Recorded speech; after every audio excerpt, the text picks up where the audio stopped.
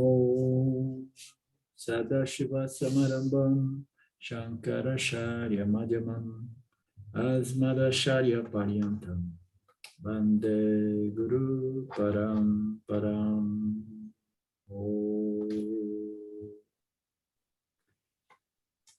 Okay, my friends, welcome. Let's go here to the Drg Drsya-Viveka. We're on the chapter 8, right? And not chapter 8, we are in the verse 8. So as we have seen, we have the structure here divides the seer in 3 levels. We have the absolute seer, and then we have the subtle body or the mind as the seer now.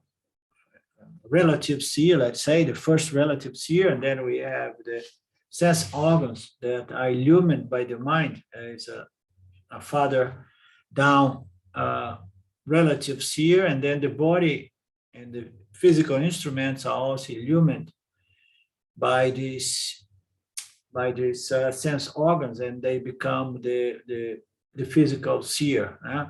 So we have understood that. And we know that there is only one absolute seer, and then there are relative seers, right?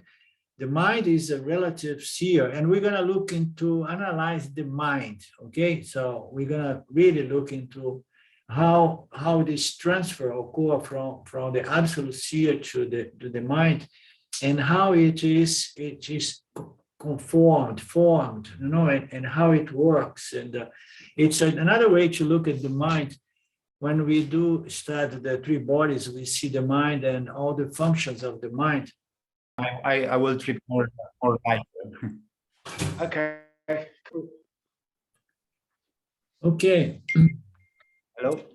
I lost my main provider here. So let's see how it goes, okay? Okay. Did you hear anything? Yeah. At the beginning I was saying. So No, we you pretty much cut out as soon as you started, Arlindo. okay, so we are going to look that this verse 8 begins to analyzing the way this transfer occurs from the absolute seer to the subtle body or the mind. So it's going to break it down so that we understand how this mind is formatted, is conformed, you know, the formation of this relative seer, which is the most important here. We want to understand the mind more than anything, you know, and which way it relates to the absolute seer. It doesn't work. It's not working?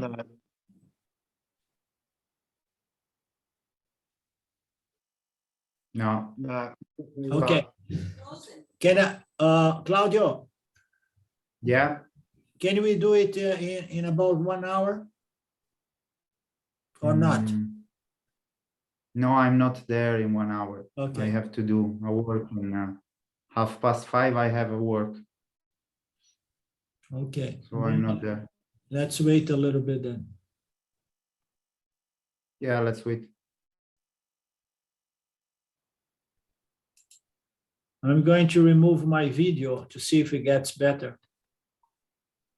Yeah. Okay. Problem is Silva is in the other computer there, and she's using the same provider here, and then it's making it more difficult. Are you listening? Can you hear me? Yeah. Yeah. Okay, maybe now we can do it. So I was saying that on this passage, the author here is going to explain better in details, in nuance, how this absolute seer transfer this light, you know, this light of consciousness. So the illuminator, the absolute illuminator, how it transfers it to the subtle body or to the mind. So it's a very nice and interesting, more than interesting, it's very illuminating argument, you know, topic, let's say. Okay. So the mind is a relative seer because it is the seer from the standpoint of the sense organs. So the mind sees the sense organs, as we know, and it's relative because it is seen from the Sakshi standpoint. Sakshi is the absolute seer, as we know, because it is the seer from the standpoint of the mind. And it's never seen or objectified. So we know that consciousness is not seen by any other principle or factor, and it sees the mind, and the mind, it is seen. And Shakti is the seer from the standpoint of the mind. When we stand of the mind, we know that there is something else that sees the mind, okay? We stand as consciousness, and then we know that we see the mind as consciousness. So that is the point here. So every individual is a mixture of the three seers, and whenever an individual says I, it can refer to any one of the seers at any time. So now the conversation becomes more interesting. It says that every individual jiva is a mixture, a combination of these three seers, okay? And the point is, every time we say I, it may refer to any one of these seers, and we have been extending it to the physical instrument, the physical body as well, because many times we say I, identifying with our physical instruments of perception, of knowledge, okay? So we say I, and then we have to understand to which I, which seer we are referring to. So very rarely we say I consciousness. No, we say, when we say like I am Brahman. So I am consciousness, I am limitless, I am Purna. So that we are referring to ourselves, to our true nature, the absolute light of consciousness, the absolute source of consciousness, the absolute seer, the absolute illuminator. So we sometimes in the Vedanta circles, we refer to the I, to our true absolute nature, okay? But transacting in the world, we very rarely we do that. And if we do it with people who are not in our circle, they may find us a little bit snob or a little bit arrogant, if not a little bit cuckoo. So let's see. We need to understand if this I refers to which one of these seers, right? That's the point. When I refer to the external world, I correspond to the sense organ. So when I say, oh, I see the lemon tree, I'm referring to the external world, okay? And then the I is identified as the sense organs that is seeing the lemon tree here, right? So when I hear music, so when I say, oh, I hear such a beautiful song, so the I is direct to the external world, and it is referring, this I is referring itself as the sense organs, okay? The instruments of perception. So we identify with the five senses, okay? So far, so good. So we have no problem. Makes sense. Huh? So, Yeah. every time we are moving towards the outside world, the external world, we identify the I with the sense organs. Whenever I'm passing remarks about the sense organs by objectifying them, the meaning of the word I is the mind. So in other words, when I use the I in objectification, when I'm not looking the world outside there, but when I'm looking at my thoughts, my feelings, my emotions, okay, my mental condition, because we know that we objectify the mind as well, okay? So when we look into our inner world, so before we are looking at the external world, now we are looking into our inner subjective world, okay? So when I'm passing remarks about the sense organs, for example, by objectifying the sense organs, and not only the sense organs, or I say, oh, my vision is blurry today. You know, I'm looking at the sense organs of vision. And then I'm objectifying the sense organ itself, not the lemon tree outside there. I'm looking at the sense organ. And we can look as well as the feelings and emotions that are also there in the mind. Yeah? We can look on many different levels. But now let's stop as the sense organs. When I refer to my sense organs, you know, I make remarks about my sense organs, it means I am objectifying them, which means that the word I refers to the mind. Yeah? And then whenever I am referring, of course, to my mental condition, emotions and feelings and thoughts, I'm objectifying the mental condition. Then the I refers to Sakshi. Okay, so we could break it down into the intellect and the lower aspect of the mind, because sometimes the I refers to the intellect, and then the intellect objectify the lower functions of the mind, such as thoughts, feelings, and emotions. Okay, but here we say, so when I see my mental condition, and then this I is referring to Sakshi Chaitanya, consciousness, pure consciousness. Thus, the word I, depending on the context, can refer to each one of these seers. It could even refer to the absolute seer. It will only refer to the absolute seer when we have this Vedantic knowledge very clear. And then we can say, okay, I see what I see, you know, I see my intellect, I see my thoughts, my emotions, and I see as consciousness, because consciousness is the absolute seer. But we have to keep in mind that free, limitless consciousness is not an experiencing, seeing entity. You understand?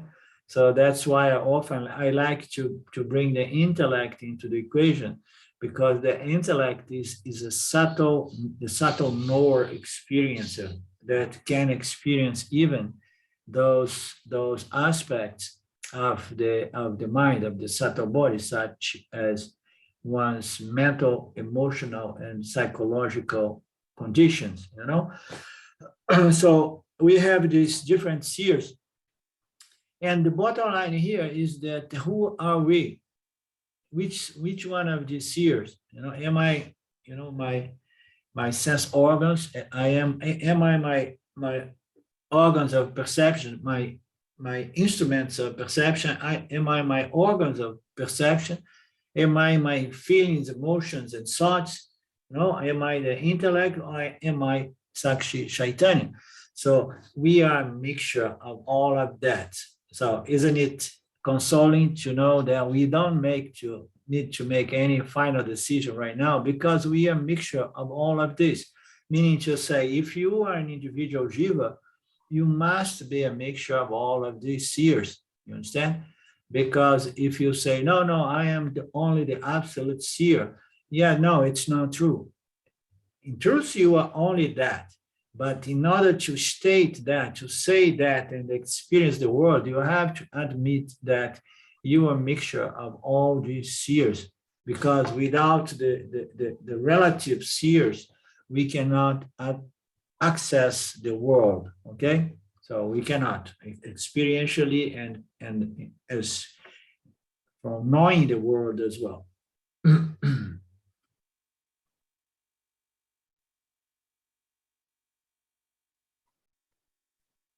Where is it?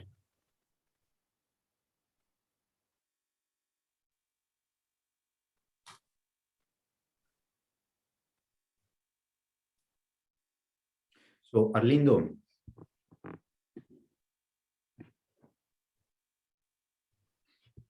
can you hear me? See, just a moment, please. Okay.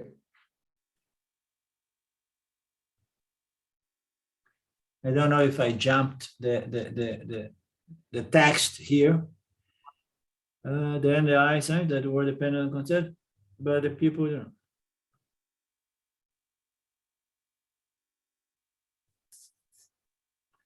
I don't know. I start talking about that we are the mixture, all of them, but I'm not finding it here. Maybe I just jumped the gun a little bit. Yes, tell me, Claudio. Yeah, about that, no, about the fact that we are a mixture of that. So it's good to keep in mind that we are a mixture of that. So we don't have to only claim the pure consciousness, no, the Brahman.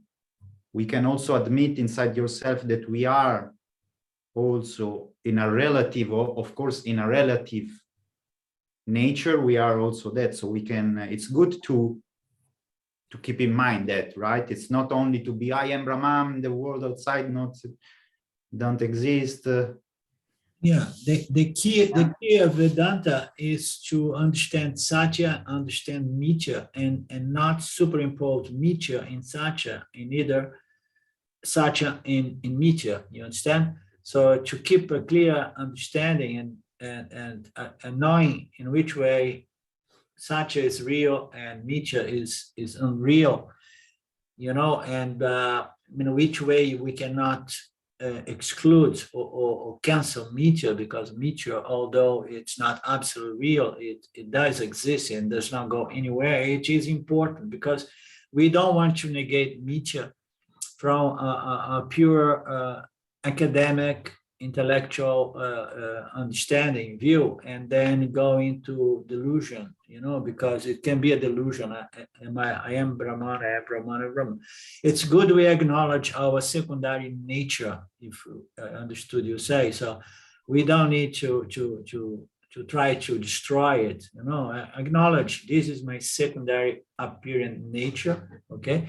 I know my true nature, but in order to experience the world and to know the world, I can only do it by the means of my secondary nature. You understand? So as a jiva, as an individual, as an experiencing knowing entity, we are a mixture of all of these seers, okay? As an experiencing agent, we are a mixture of all of these seers, okay? But in truth, not as an apparent experiencing agent, but in truth, everything, okay? Ishvara Jiva Jagat is only the absolute seer, the absolute consciousness. Good point. Yeah, it's a little bit tricky because in a sense we have to say that this is the only, Satya is the only true reality and everything is Satya. But at the same time, you have to make place inside your mind that you don't have to negate, you have to recognize Mithya also, no? In a part, because so it's for the mind, it's a little bit, you have to expand your view, you know? Yeah, because the agent, the experience knowing agent, you understand, which is the intellect of the mind, is so closely intimated, related with consciousness, you understand, that it assumes itself to be pure limitless consciousness, sometimes without really having it absolutely clear, you understand? So we need to be careful with that superimposition. Everything is pure limitless consciousness. And the mind becomes the ego. And the ego, in search for enlightenment, let's say, it is anxious to say, Aham Brahmasmi. And so, okay, you are Brahman, that's all right, no big deal. Everything is Brahman. But in which way this knowledge has humanized you from suffering, anxiety, and so on, is the point. So it's useless to try to negate, you know, our secondary nature, but it's important, it is fundamental, instrumental that we understand its apparent nature, okay? Apparent nature, relative nature, as the agent, the experience entity that interact with the apparent jagata. It's all about appearance. It's all about mithya, okay?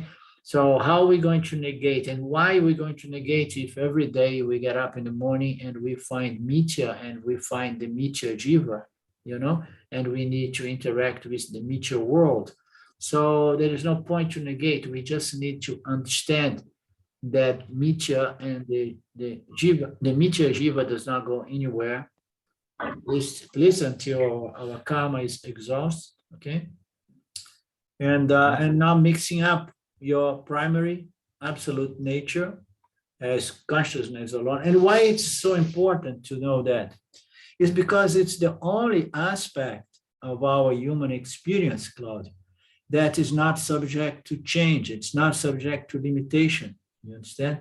So it's so important that we establish our identity and we claim it in that which is free and independent and limitless. You understand? So why not? Since it is our intrinsic nature, it is our true nature, why not to stand or to establish our identity in that first, and then second, let's say, in our secondary nature as the body-mind complex, because we still have karma to exhaust, and but the moment that we establish our identity in the absolute seer, in the absolute illuminator, something happens that the relative seers, the relative illuminators, they are there doing the things, but they begin enjoy the fruits of this understanding in such a way that what happens in Mithya does not affect the mind as it used to before, because the very mind yet interact with Mithya has understood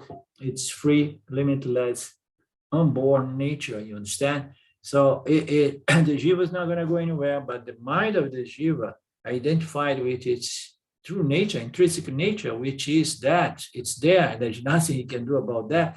So why not to claim that, but claim it clearly, firmly, and then you still carry on your doings in Mithya, knowing that it's an apparent reality, and in Mithya everything changes, and in Mithya every human being is subject to pleasure and pains, but then those pains and those pleasures, they are not going to be relevant as they used to be, because you are now okay, you are good, you are firmly established in that absolute nature of yours, which is absolutely free from the change, from time and space. There is no limitation in that which is our absolute nature. That's why it's so important. Vedanta is only about that, to help us to understand and to understand why it makes total sense to claim our true nature,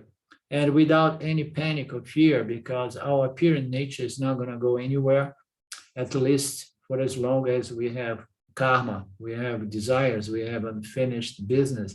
If we have desire for continuity, we're going to get another agent, another instrument of experience, until we understand it clearly, our Purna nature, to an extent that the desires for more experience extinguish themselves. And then one comes to that condition called Videha Mukta, which is just dissolve this individual consciousness, dissolves in consciousness itself, the ocean of consciousness, okay?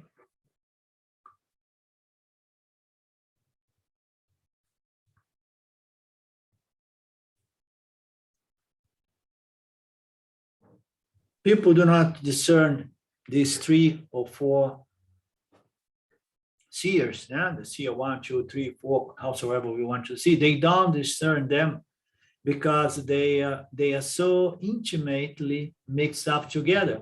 So what is the distance between the physical instruments and of perception and the sense organs in the mind? And what is the distance between the sense organs and the mind itself? What is the distance between the mind and the intellect? You understand? So the body-mind complex, as we often say, is one single organism.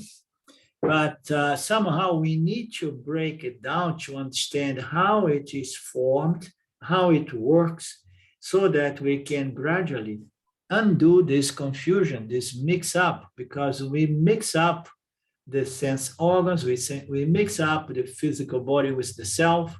We believe that I, the body, am the self. Okay, the body is my true I, let's say. Okay, so we mix up the I, my vision, is my true self. I, without my vision, I'm just in big trouble, because I want to see the world. So, as an example, so my emotions. So all this confusion, all this mix up with these eyes, these relative eyes that come from this phenomenal experience, they are so intimately together with Sakshi Chaitanya, which is the true seer, the true I, you understand? And then what we need to do, we need to do all this intellectual exercise to understand these subtle distinctions, so that we can finally now isolate the true I, the absolute I, and without any doubt, because we are all intelligent, we say, no, I prefer to claim my identity in the absolute seer first, okay? And I'm okay with having these relative seers coming and changing and modifying and going through those modifications and emotions and visions, and so I'm okay with that. But for as long as I'm clear now, because what I have undone this confusion, and the confusion is due to the fact that these different aspects of our experiencing agent or experiencing entity, the seer or the illuminator, okay, it's so intimately mixed together that we end up being identified with those relative seers, the relative consciousness, reflected consciousness.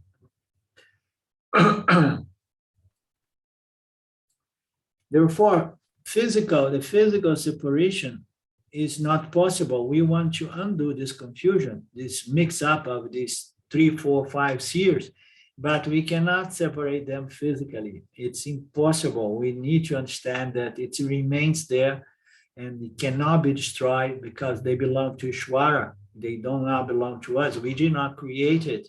Ishvara created according to certain laws, and these laws need to exhaust themselves, karmic laws, so that, and then we can say, okay, so I hope, I don't need to come back, for example, So we need to do that only through understanding discrimination, cognitively. We need to understand these aspects of these mistaken identities. Where do we place this I again and again? In which level of my human experience I place this I, and depending on which level I am attached to, I'm positioning this I, I'm going to suffer or enjoy the true peace of knowing that you are that which does not change. You understand?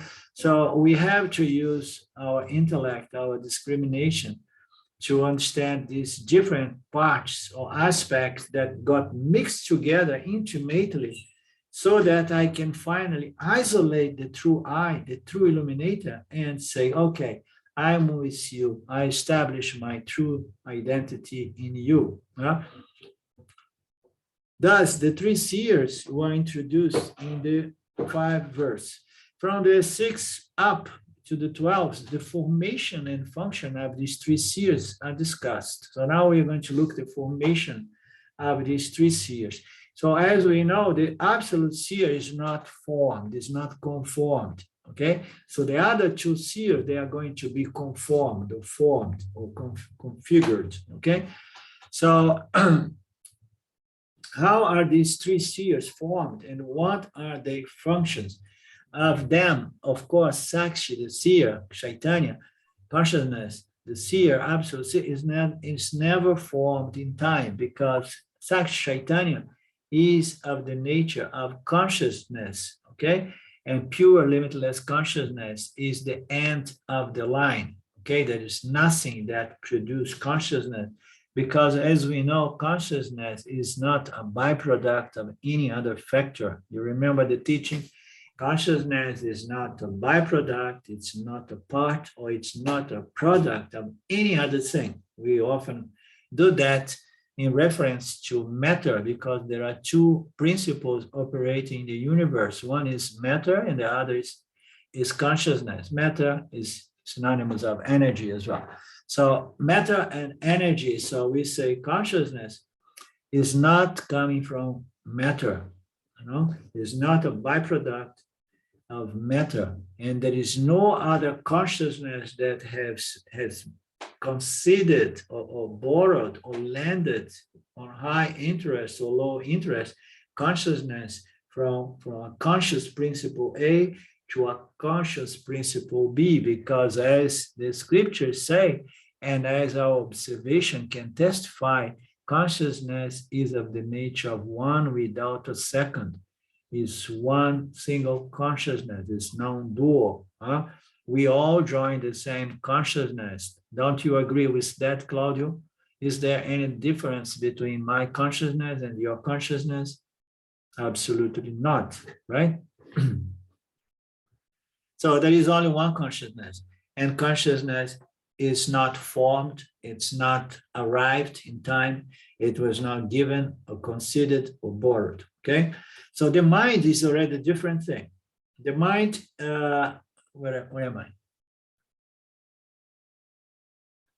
I? Was capable of meaning? Yeah, is in the nature of consciousness, and therefore this consciousness is ever self-luminous, self-effulgent. It's capable of illuminating anything around it, just as the sun is self-shining, capable of illuminating anything that it comes in contact with. So again, the sunlight, as an analogy to consciousness, it shines on its own, okay? Consciousness shines on its own and does not require any source, okay? So it is important to know that we establish here that consciousness was not formed. The formation of the other seers, they are a fact, okay? And we're gonna see how they get formed. The mind can never be naturally a seer or an illuminator, because the mind is inert entity made up of the 5 elements, as we know. So mind is just a reflecting medium in its substantial nature. It's made out of the sattvic aspects of the 5 elements, although it is the sattvic, the subtle aspect of the 5 elements.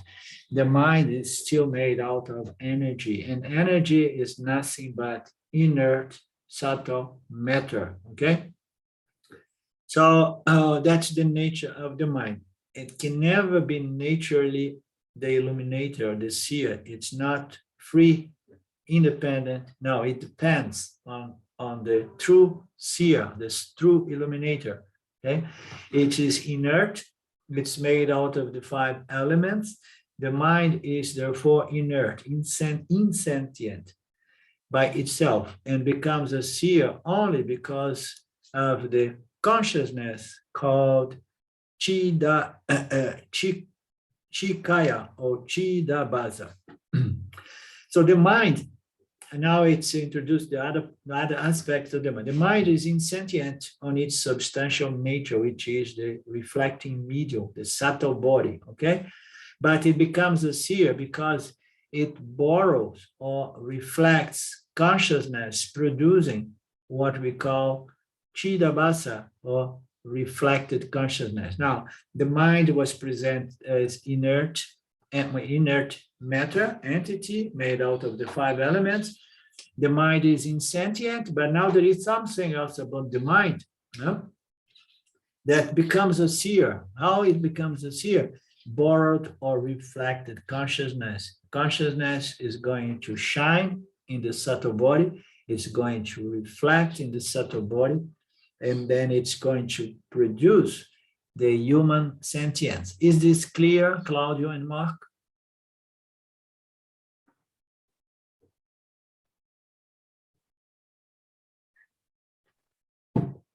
Okay. It's exactly like the moon illuminating the earth on a full moon night. It uses the borrowed light from the sun. This is how the seer too is formed or becomes a seer. This seer too is the mind, and it is responsible for making the body sentient. So this mind is going to transfer its sentience. It is reflected consciousness. Okay, this aham kara, this aham vritti, this consciousness, this thought feeling, I am, I exist, is the reflection of consciousness which occurs in the insentient, inert, or substantial nature of the mind itself. So the mind has two aspects. It's this mind then becomes responsible for making the body sentient. It's going to be responsible to infuse the sense organs and making the body appear as sentient as well, right? And alive. The body and the sense organs are not sentient by themselves, as we have established already, because they are made up of the 5 dense gross elements, okay? The body, the sense organs is still subtle matter, but when we come to the sense instruments, which are the physical 5 sense instruments, we are talking about matter. It's made out of the 5 gross elements, okay? When they grossify, and then they start mixing up and making all names and forms of the universe, including the parts of the body-mind complex, such as the physical instruments of experience. The body, the physical body and the sense organs are not sentient by themselves either, because they are also made of matter. So the body and the sense organs are not sentient by themselves either, because they are made up of subtle matter in the case of the sense organs. The body is a little denser matter.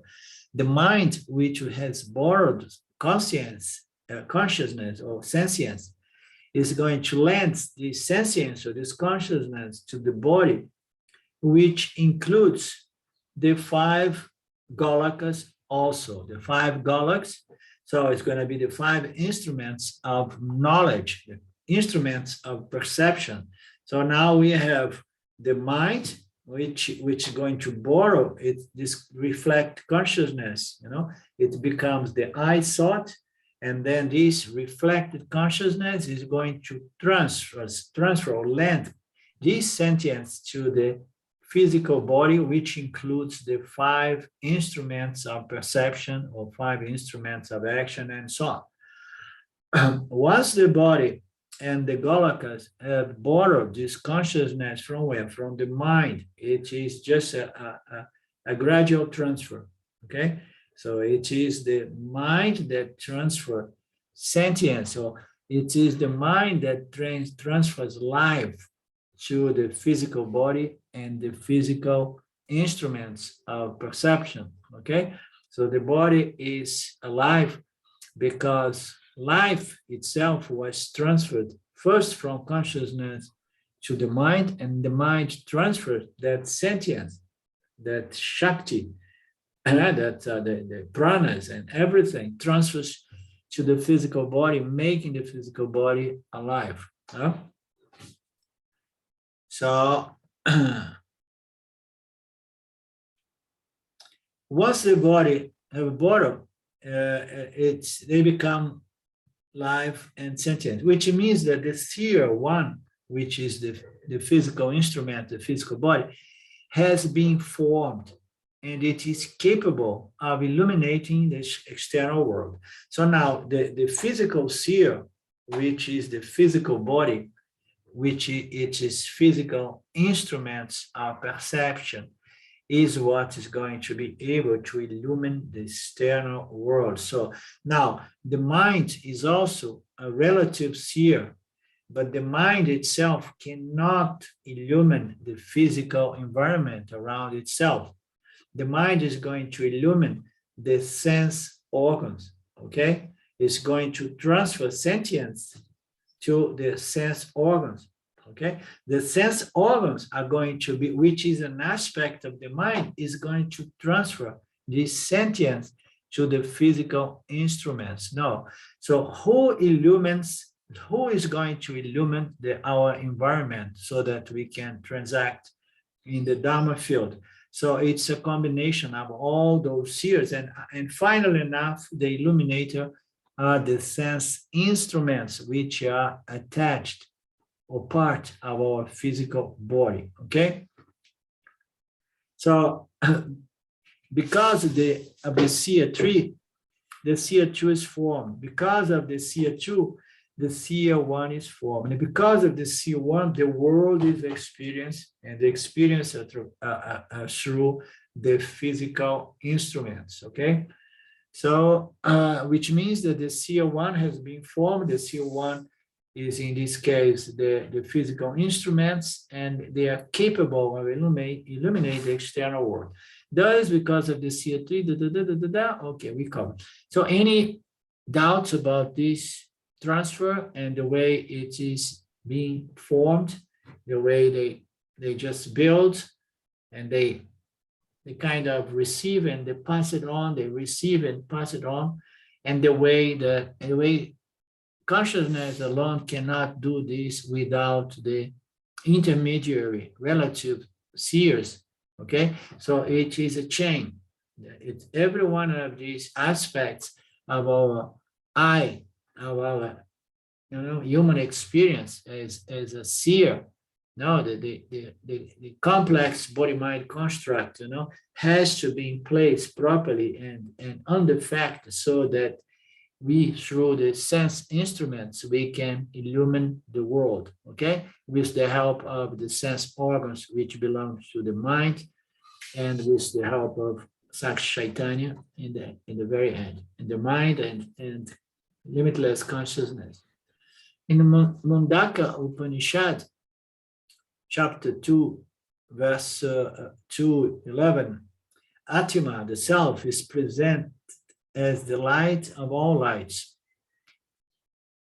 It says that everything shines after that light, that self alone, which is the light of all lights. By its light, all this shines. Wow. Strong rain coming here, and Sylvia's running there because she has laundry outside.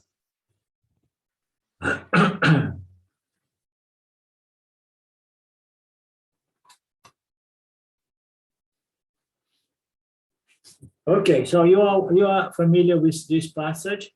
Now, in one of our Upanishads, Mundaka, everything shines after that light, the light of consciousness, the self, this I alone, the absolute seer, the absolute illuminator, is which transfer its light to this chain, the chain of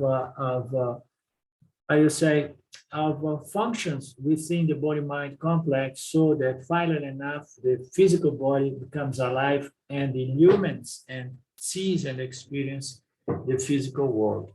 By its light, everything else light that shines.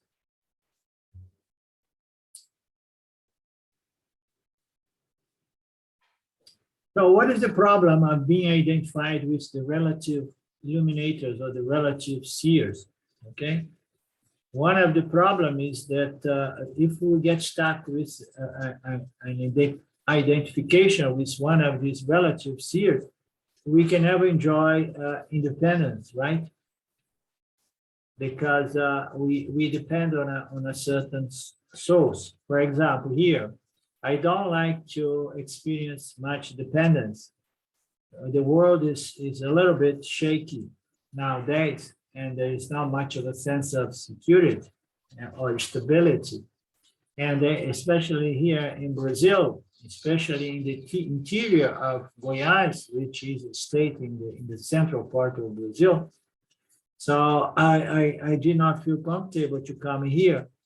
And depending on the light, on the energy supply of the local state company, okay?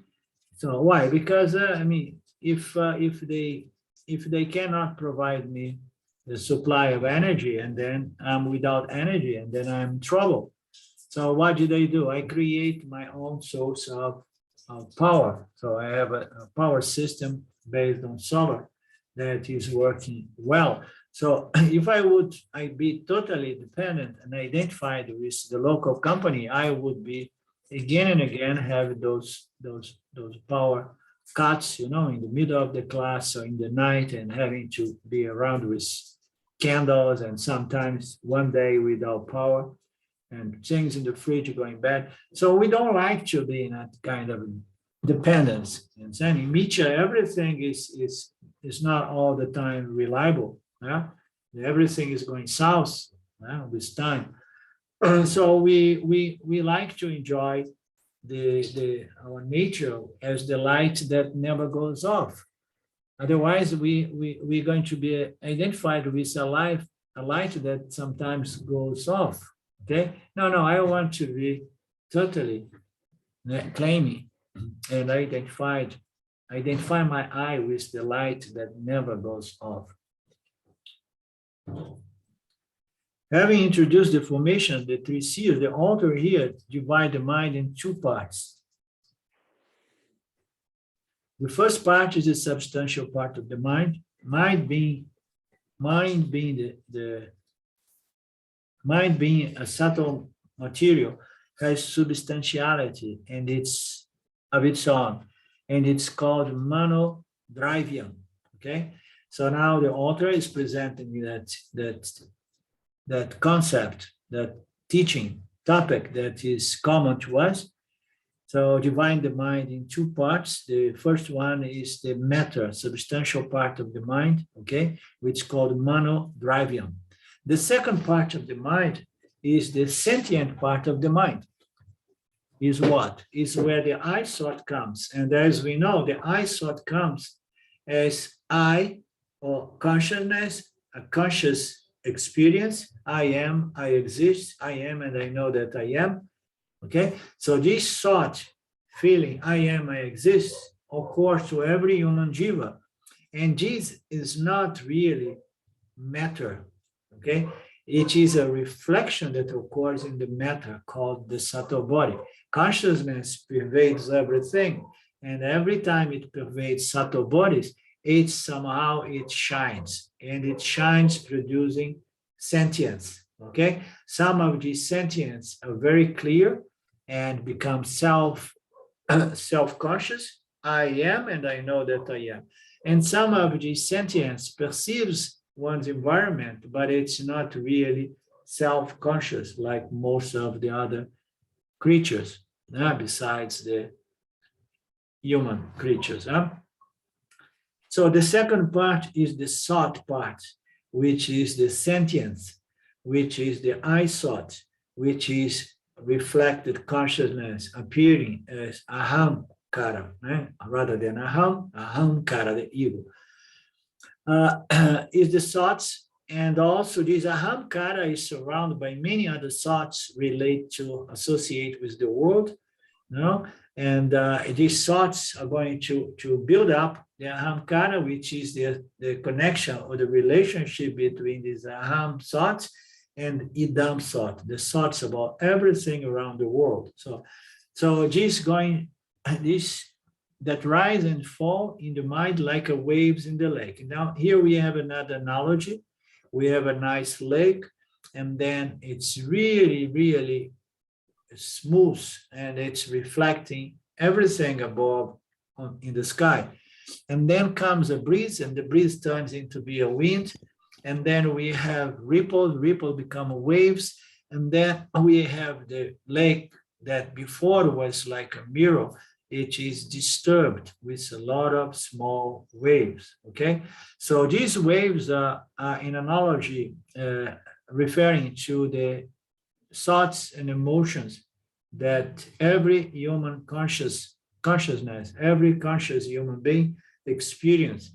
We experience thoughts, and thoughts are always attached to feelings and emotions. And these thoughts, they create ripples in consciousness that somehow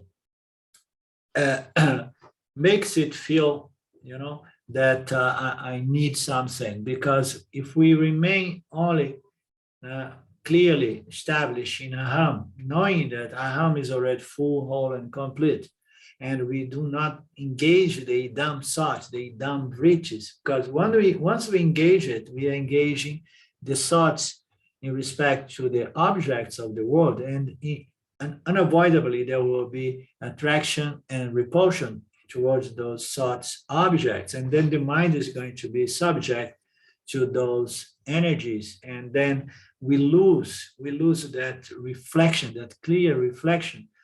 So just to say that the thoughts, it's something that happens to these aham thoughts, and they are similar to waves in a lake, okay?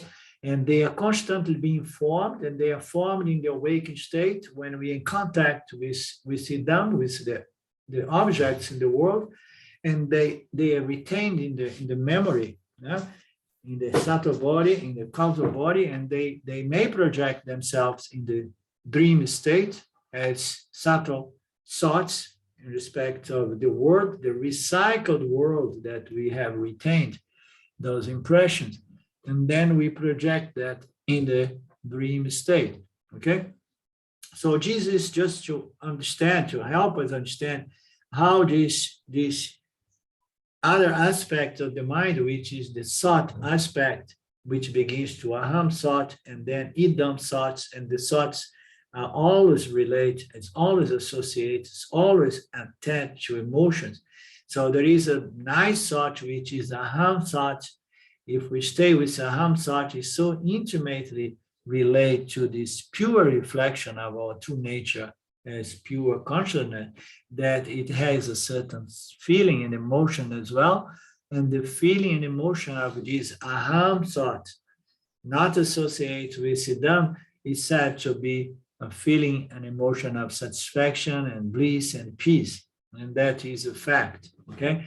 So these thoughts, is going to make up what we call the sentient aspect of the mind, or the thought aspect of the mind, okay? Another aspect is the Jiva Atma, okay? It's Jiva Atma because it is a reflected consciousness, okay? We are reflected consciousness, we as the mind, and not only we are the reflecting medium.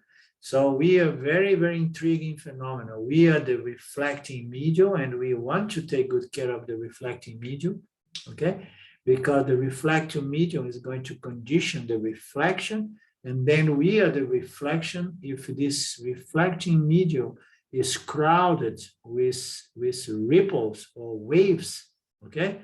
Meaning to say desires and aversions and feelings and emotions, if it's like that, and then this I thought is going to be disturbed and mixed up with the thoughts in respect to the object that I want to gain or I want to avoid, okay? So this is the whole picture here to understand the two aspects of the mind. So the sentient aspect is intimately related to the substantial aspect, okay? So you cannot have one without the other. If you have a reflecting medium, there will be a aham there. If you have a aham, there must be a reflecting medium there. So if we have a subtle body, there will be reflected consciousness. If we have a reflect consciousness, there must be a subtle body there, which is the reflecting medium. So they are very close together. So those are the two aspects of the mind that we need to understand, okay? And these two aspects is what's going to do what? Both aspects, not the only one, is going to be transferred its light to the sense organs and to the sense instruments. The sense organs are going to transfer to the sense instrument, and then the physical body and its instruments is going to perceive the world. Anything from you, Mark? I was just thinking of that last statement, mate. It's very interesting that the thoughts can transfer their consciousness through the instruments. I was just thinking about that and working out how that worked as you were saying it. haven't come to any conclusions yet. Yeah. Well, we can see when this aham thought, which is a reflection of consciousness, is too involved with idam, which are the thoughts about the world, and then it's subject to attraction and repulsion, and then in that mental condition, that mind, okay, that both aspects of the mind, okay, is going to transfer its light to the sense organs. And as we know, when our mind is disturbed, our sense organs are not properly backed up. You understand? And the light, this disturbed light is going to be transferred in a different way to the sense organs, so that we don't see things properly, because the mind is under stress due to too many ripples, being reflected together with the original thought, meaning to say, aham, I, and my desires and fears, I, and what I like and what I don't like. So these two together are going to make up, the substantial aspect of the mind, the aham, and then the condition of this aham is going to be transferred, this reflected consciousness, to the instruments, and the instruments and the sense, the five senses, they are going to be affected by the condition of the mind, and that is going to be transferred to the physical instrument. And a lot of the time we know that, if the sense organs which do belong to the mind, if it's not really properly established, we see physically things, but we don't see, we hear, but we don't hear. It's a flow, it's a gradual flow, and the condition, and this brings us, it's good we talk about that, brings us to the point, back to the point that was already made, the importance of taking good care of the substantial aspect of our mind. So we want to take good care of the subtle body, because the subtle body, being the reflecting medium, we know that if it is crowded with too much rajas and tamas, desires and aversions, let's say, you understand, fears. So if it's too much crowded with rajas and tamas, it's going to produce a poor reflection, you understand? So this poor reflection is going to be conducive to conflicting experience and bad response to the stimulus coming. So we know that it's fundamental that we purify the subtle body, and we cannot really do much, because when we say I, we're saying we are this reflection of consciousness, and we need a good reflecting medium, and this reflect consciousness is the aham. Aham is better defined as the intellect, okay? So this intellect cannot directly go back and change, objectively. It is substantial medium, the substantial aspect of itself. It cannot change the reflecting medium directly. Why? Because this aham, this intellect, this mind, is a byproduct of the reflecting medium. But as we know, we have means to improve the reflecting medium, okay? Not directly, because this aham is a byproduct of the reflection of consciousness of the reflecting medium. And then which way this aham is going to take care of the reflecting medium is the question. And we know in Vedanta, we can do that by doing things that are going to be favoring a better reflecting medium. So we're going to live a lifestyle, and good words and deeds in harmony with Dharma and in harmony with what we know about our nature. And by living a life like that, we are going to be producing a more sattvic lifestyle, a more sattvic flow of thoughts.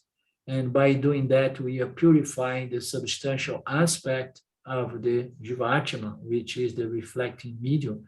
So we want to purify by what? By cultivating sattvic vasanas, cultivating dharmic vasanas. And we can only do that through our interaction with the field of action or our interaction with our thought process. Do you understand? This is a good point. Yeah. Yeah, it's extremely complex and beautiful, isn't it? And holistic. It is very, very subtle. It's beautiful. I love this subject. And we're gonna have to carry on this subject next week. It's good that we are all on the same page here, and Lynn is also, she's very sharp. She's a qualified lead to Vedanta, you know, and then you too and Silva as well. It's better, it's good we have people that are really, you know, appreciative of these subtle teachings, because it's not for everybody.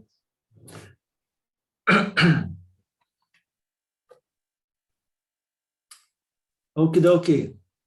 So we meet again next Monday with Panchadasi, and we keep cruising with our mini sangha, doing what we love the best. Om Purnamada Purnamidam Purnamudachyate Purnasya Purnamadaya Purnameva Vashishyate.